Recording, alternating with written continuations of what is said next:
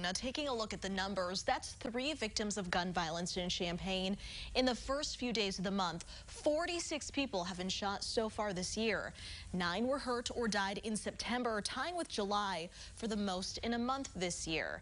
Investigative reporter Renee Cooper last sat down with police leadership early in July. And Renee, back then, the chief was touting that police responded to half the amount of gunshots they had at that same point in 2021.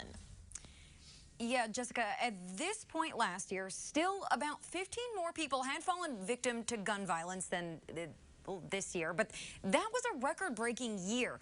If the rate we're seeing now continues, Champaign may see just as many people hurt and killed as in 2020. There have been 6 gun-related murders this year, the total at the end of October 2 years ago. And while 2021 now holds the grim record, 2020 notably brought with it the biggest increase from a previous year by far. One shooting is one too many. But after 16 losses last year, Deputy Chief Jeff Coons says police are focusing on some immediate improvement, in part thanking the city's gun violence reduction blueprint. Is Champaign as a city on track to see these types of reduction in gun violence? I really don't want to comment on that right now, and the reason I don't is I think we're still early in this process. I'm optimistic that the approach will yield positive results. Although the gap has closed some since July, people appear to be firing guns less in the city this year.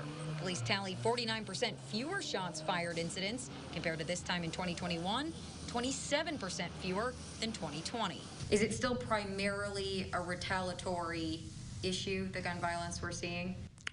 So fortunately, we're not seeing as much of that as we saw last year in 2021. Actually, the majority of our homicides this year have been related to domestic related. Another notable decrease is in the number of teenagers wrapped up in the violence. Anything you can point to that speaks to why that's happening? Well, I think it's a combination of things, collaboration within the community. I think, like you said, though, with 2021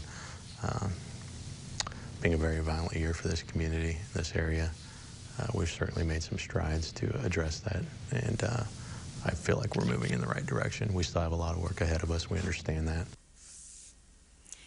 Now, the city adopted that gun violence reduction blueprint plan at the end of last year. It set aside millions to invest in youth programs, reentry services, and the county's anonymous crime reporting resource in Crime Stoppers, and to fill gaps in the police department. In another milestone, aside from the gun-related murder just yesterday, police have made arrests in every murder so far this year. Live in the newsroom, Renee Cooper, WCIA 3, your local news leader. Renee, thank you.